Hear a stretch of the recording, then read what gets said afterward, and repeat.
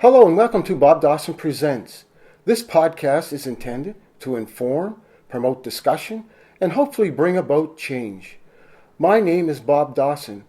I'm your host, coming to you from Ottawa, Ontario, the nation's capital.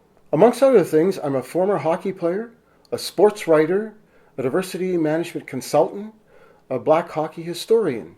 For more information, visit my website, thebobdawsonway.weebly.com. In the previous podcast episodes, I dealt with the nature of racism in hockey and why the concern about racism in hockey. In this, the final episode, I'll chat about the way forward, a call for action.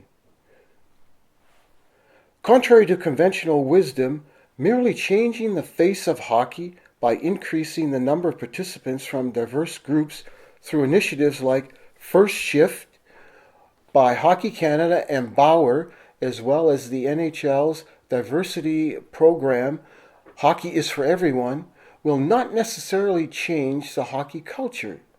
Changing the hockey culture with the proper support mechanisms, however, will go a long way in helping to change the face of hockey. To their credit, Hockey Canada has implemented program initiatives like Speak Out, Respect in Sport, and Fair Play, while the NHL and Canadian Hockey League provide sensitivity training sessions to their players. In light of the growing number of racial incidents in hockey, the measures taken by these hockey organizations and their members have to date done little to change the hockey environment and culture. As I see it, there is a host of practical initiatives or measures that bodies responsible for hockey can undertake as appropriate in 4 critical areas to address issues of racism and discrimination. While I have many more ideas or suggestions, here are just a few.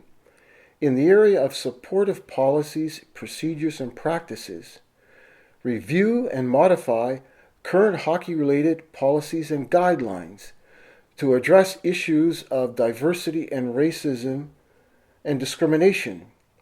Create sweater patches that carry anti-racism slogans or messages, like Racism Stops with Me, Fair Play and Respect Begins with Me, Play the Game, Respect the Player.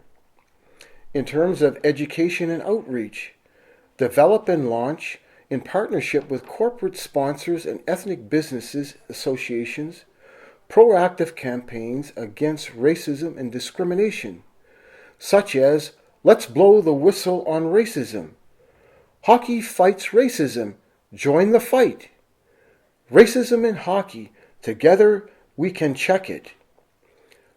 Write to and encourage city or municipal officials to draft and post signs in their arenas prohibiting racist actions or behaviors on the ice and in the stands during hockey games.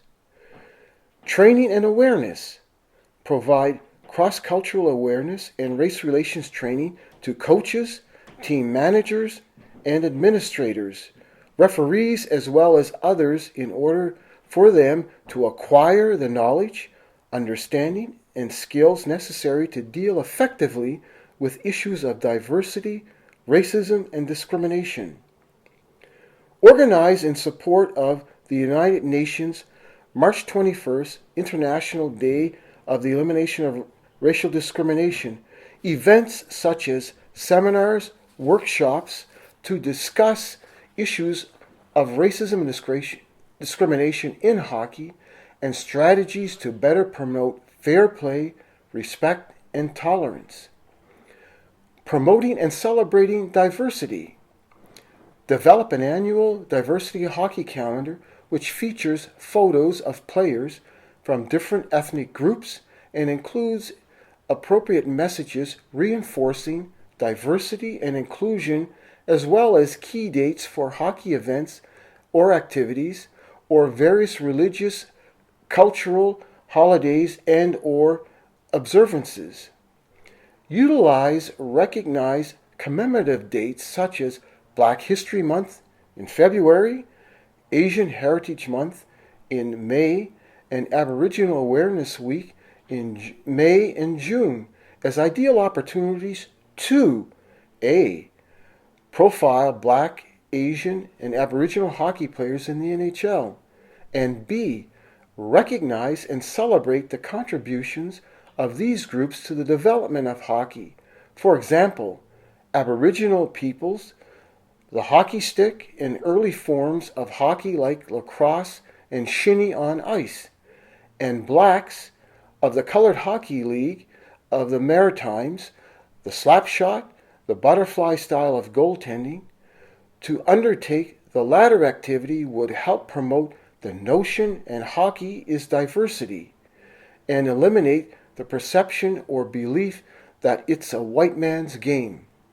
In closing, there is little doubt that the problem of racism in hockey is going to disappear anytime soon. If anything, it's likely to increase as members of minority groups participate in all levels of hockey.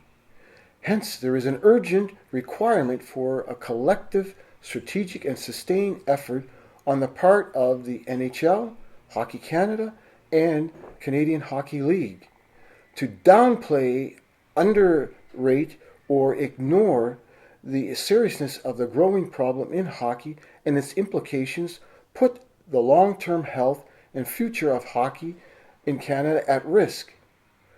For any hockey official who may be listening or may have heard previous episodes of my podcast on racism in hockey, a cause for concern and action, I would be willing to chat with you in addressing issues of diversity, racism, and discrimination in your hockey organization. For contact information, please visit my website, thebobdawsonway.wibbly.com. Thank you for tuning in to Bob Dawson Presents. As someone once said, never doubt that a small group of thoughtful, committed people can change the world. Indeed, it's the only thing that ever has.